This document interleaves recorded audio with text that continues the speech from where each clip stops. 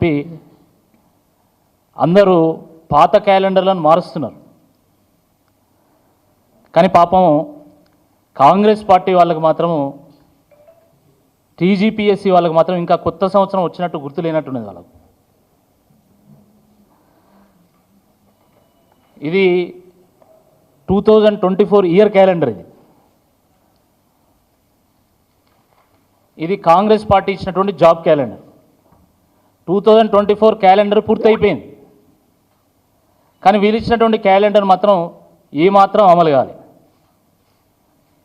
2024లో జనవరిలో సంక్రాంతి వచ్చింది, ఫిబ్రవరిలో శివరాత్రి వచ్చింది, మార్చిలో హోలీ వచ్చింది, తర్వాత ఏప్రిల్లో ఉగాది వచ్చింది, ఆ రకంగా జూలైలో మొహర్రము, ఆగస్టులో రాఖీ, సెప్టెంబర్లో వినాయక చవితి, అక్టోబర్లో దసరా వచ్చింది, నవంబర్లో దీపావళి వచ్చింది, డిసెంబర్లో క్రిస్మస్ వచ్చింది. కానీ ఈ రాష్ట్రంలో ఉన్నటువంటి యువతకు మాత్రం ఉద్యోగాలు రాలి. పండుగలతో పబ్బాలతో పంచాంగాలతో నిండిపోయింది గత క్యాలెండర్. మరి ఈ ఇయర్ క్యాలెండర్ ఇప్పటివరకు అయితే ఎంటీ ఉన్నది. ఇది జనవరి, ఇది ఫిబ్రవరి, ఇది మార్చు, ఇది ఏప్రిల్, ఇది మే, జూన్, జూలై,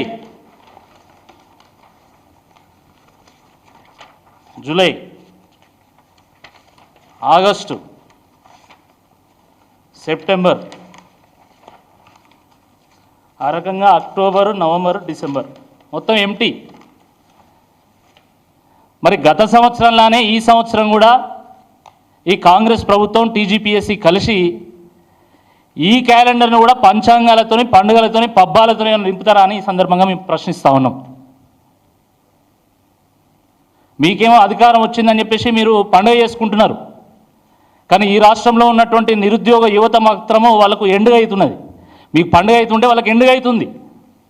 ఈ సంవత్సరమైనా ఈ పండుగలు పబ్బాలతో పాటు పంచాంగాలతో పాటు మధ్యలో ఏమైనా జాబ్స్ ఇచ్చేది ఏమైనా ఉన్నదా అని అడుగుతున్నాం.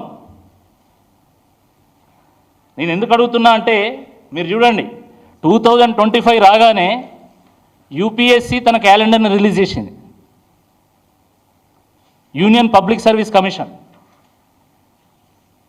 తర్వాత ముఖ్యమంత్రి రేవంత్ రెడ్డి గారు అప్పుడెప్పుడో కొత్తగా ప్రభుత్వం వచ్చిన కొత్తలో చెప్పిండు, తన రాజకీయ గురువు అయినటువంటి చంద్రబాబు నాయుడు గారిని ఆదర్శంగా తీసుకొని నేను పరిపాలన చేస్తా, ఆయన రోజుకు 18 గంటలు పనిచేస్తున్నావు అంటే నేను కూడా ఆయనతో పాటు పోటీ పడాల్సి ఉంటుంది అని చెప్పిండు. మరి ఆయన నిన్న ఏపీఎస్సీ క్యాలెండర్ని రిలీజ్ చేసిండు. ఇప్పటి వరకు మాత్రం రేవంత్ రెడ్డి గారి ప్రభుత్వము ఈ జాబ్ క్యాలెండర్ విషయంలో కనీసం ఊసెత్తడం లేదు. హైకోర్టు కూడా జ్యుడిషియరీ రిక్రూట్మెంట్స్ విషయంలో 2025 క్యాలెండర్ రిలీజ్ చేసింది. కానీ టీజీపీఎస్సీ మాత్రం ఇప్పటివరకు క్యాలెండర్ రిలీజ్ చేయలేదు. నేను గతంలో కూడా గతంలో చూపెట్టినా నేను తమిళనాడు పబ్లిక్ సర్వీస్ కమిషన్ కానీ, బీహార్ పబ్లిక్ సర్వీస్ కమిషన్ కానీ, యూపీఎస్సీ పబ్లిక్ సర్వీస్ కమిషన్ కానీ దాంట్లో జాబ్ క్యాలెండర్ అంటే దాంట్లో జాబ్ ఉంటుంది, క్యాలెండర్ కూడా ఉంటుంది. క్యాలెండర్ అంటే కేవలం మంత్ కాదు, దాంట్లో ఏ డేట్ రోజు ఎప్పుడు నోటిఫికేషన్ ఇస్తారు, ఎప్పుడు పరీక్షలు నిర్వహిస్తారు, ఎప్పుడు ఫలితాలు వస్తాయి, ఎప్పుడు రిక్రూట్మెంట్ అవుతుంది అనేది కూడా వాళ్ళు చెప్తారు దాంట్లో. కానీ వీళ్ళు ఇచ్చినటువంటి జాబ్ క్యాలెండర్లో జాబు లేదు, డేటు లేదు. మైసూర్ బజ్జీలో మైసూర్ అని ఉంటుంది, బజ్జీ అని ఉంటుంది మైసూర్ లేకపోయినా, బొంబాయి రవ్వలో రవ్వ అయినా ఉంటుంది బొంబాయి లేకపోయినా. కానీ వీళ్ళు ఇచ్చినటువంటి జాబ్ క్యాలెండర్లో జాబు లేదు, క్యాలెండర్ లేదు. ఇది బఠానీలు కట్టుకోవడానికి కూడా పనిచేయదు. ఈ జాబ్ క్యాలెండరు బఠానీలు పుట్నాలు కట్టుకోవడానికి కూడా పనిచేయదు. ఇదో క్యాలెండర్, వీళ్ళదో ప్రభుత్వం. వీళ్ళు మళ్ళీ పెద్దగా మొత్తం యువతనంతా ఉద్ధరించినట్టు రోజు రేవంత్ రెడ్డి గారు ఒకటే ప్రకటనలు, మొత్తం అక్కడ ఓటింగ్ల మీద ప్రకటనలు. 50,000 ఉద్యోగాలు ఇచ్చిన, మంది పెళ్లిళ్లకు మంగళారతులు పట్టమంటే ఫస్ట్ ఉంటాడు రేవంత్ రెడ్డి. ఫస్ట్ కొంచెమన్నా సిగ్గుండాలా. నువ్వు ప్రభుత్వం ఇచ్చినటువంటి ఇన్ఫర్మేషన్, మేము ఒక ఆర్టీఐ వేస్తే వచ్చినటువంటి ఇన్ఫర్మేషన్ ప్రకారము, ఇది స్వయంగా తెలంగాణ గవర్నమెంట్ మాకు అందించినటువంటి సమాచారం. ఇది నేనేదో ఉట్టిగా గాలి లెక్కలు చెప్తలే నేను.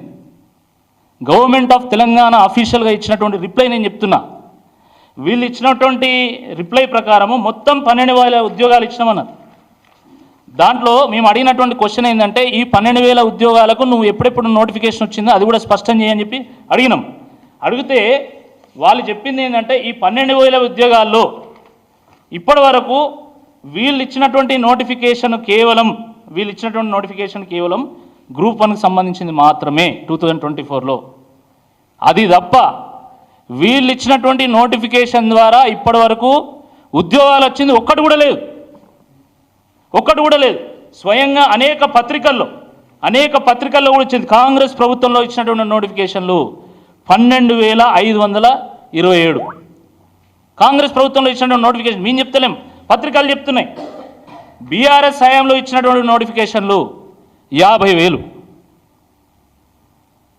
మా సొంత కవిత్వం కాదు ఇది, పత్రికలు రాస్తున్నాయి. ప్రభుత్వమే ఎంబులంతోనే సంతకంతోనే రాసి మరి మాకు ఇచ్చింది. మేము ఇచ్చింది కేవలం 12,000 ఉద్యోగాలే.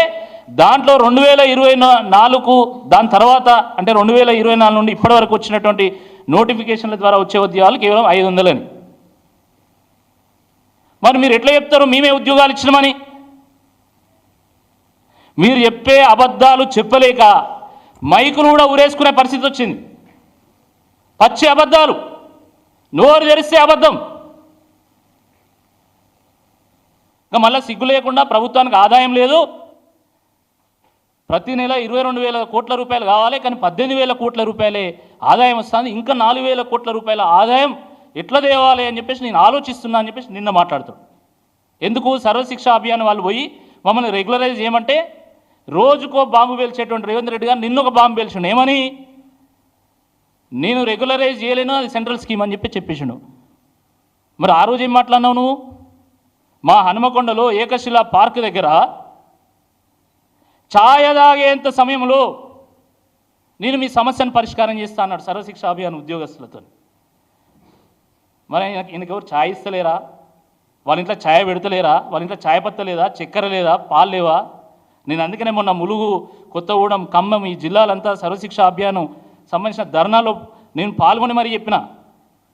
మీరు 20,000 మంది ఉన్నారు, మీరు మనిషికో ఛాయపత్త పొట్లం ఉన్నో, ఓ చక్కెర పొట్లం, ఓ పాల ప్యాకెట్ పంపులు అప్పుడన్నా సిగ్గొస్తుంది రేవంత్ రెడ్డి గారికి అని చెప్పిన. మళ్ళీ నిన్న శుద్ధి పూస అయినట్టు నాకు డబ్బులు లేవు కాబట్టి నేను ఇవ్వలేకపోతున్నా, 1వ తారీఖు అయితే మీకు జీతం ఇస్తున్నా కానీ మిమ్మల్ని రెగ్యులరైజ్ చేయ, మీకు పే స్కేల్ లేదు, మన్ను లేదు, మశానం లేదని నిన్న చెప్పాడు. మరి ఆ రోజు ఏం మాట్లాడినావు అంటే ఓడెక్కదాకా ఓడమల్లన్నా, ఓడ దిగినాక బోడమల్లన్నా. ఇది కాంగ్రెస్ పార్టీ విధానం. కొంచెమన్నా ఆలోచన ఉన్నదా? ఆ రోజు మీరు 2 లక్షల ఉద్యోగాలు వచ్చిన మొదటి సంవత్సరంలోనే నిరుద్యోగ యువతకు అందిస్తామంటేనే కదా ఈ నిరుద్యోగ యువత ఆ రోజు బస్సు యాత్రలు చేసింది. ప్రతి గ్రామానికి, ప్రతి తండకు, ప్రతి గూడానికి వెళ్ళి ప్రతి గుండెను తట్టి మాకు కాంగ్రెస్ ప్రభుత్వం వస్తే మాకు ఉద్యోగాలు వస్తాయి, కాబట్టి దయచేసి మీరు కాంగ్రెస్ పార్టీకి ఓటేయమంటే 1,000,000 మంది 1,000,000 ఆశలతోని ఆ రోజు ఓట్లు వేస్తే కాంగ్రెస్ పార్టీ అధికారంలోకి వచ్చింది. వాస్తవం కాదని అడుగుతున్నా. ఎన్నికల్లో వాడేటువంటి మైకుల్లాగా, వ్యానుల్లాగా యువతను వాడుకొని అవతల పడేసిండు. ఇది వాస్తవం కాదని నేను అడుగుతున్నా.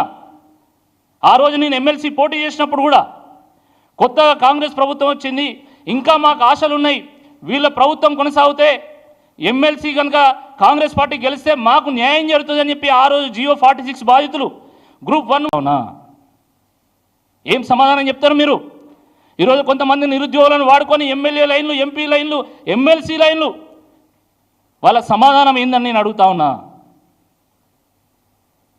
ఈరోజు పెద్ద పెద్ద లాయర్లను పెట్టి కోట్ల రూపాయలు వెచ్చించి ఈరోజు నిరుద్యోగులు కోర్టు మెట్టులు ఎక్కితే, ఎందుకంటే ప్రభుత్వం న్యాయం చేస్తలేదు కాబట్టి, ఆ రోజు హామీ ఇచ్చినటువంటి కాంగ్రెస్ పార్టీ కనీసం అపాయింట్మెంట్లు ఇస్తలేదు కాబట్టి వాళ్ళు సుప్రీంకోర్టు మెట్లు ఎక్కి సుప్రీంకోర్టు ఆ తలుపులు తడుతూ ఉంటే మీరు కోట్ల రూపాయలు వెచ్చించి ఈరోజు నిరుద్యోగులను ఓడిస్తూ ఉన్నారు ప్రతి కేసులో.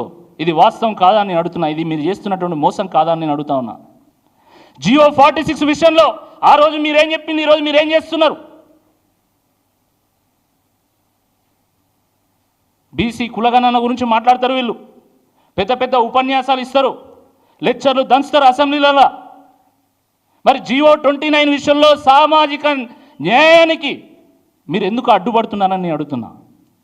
జియో 29ను తీసుకొచ్చి ఈరోజు ఓపెన్ కేటగిరీలో ఎస్సీ ఎస్టీ బీసీలు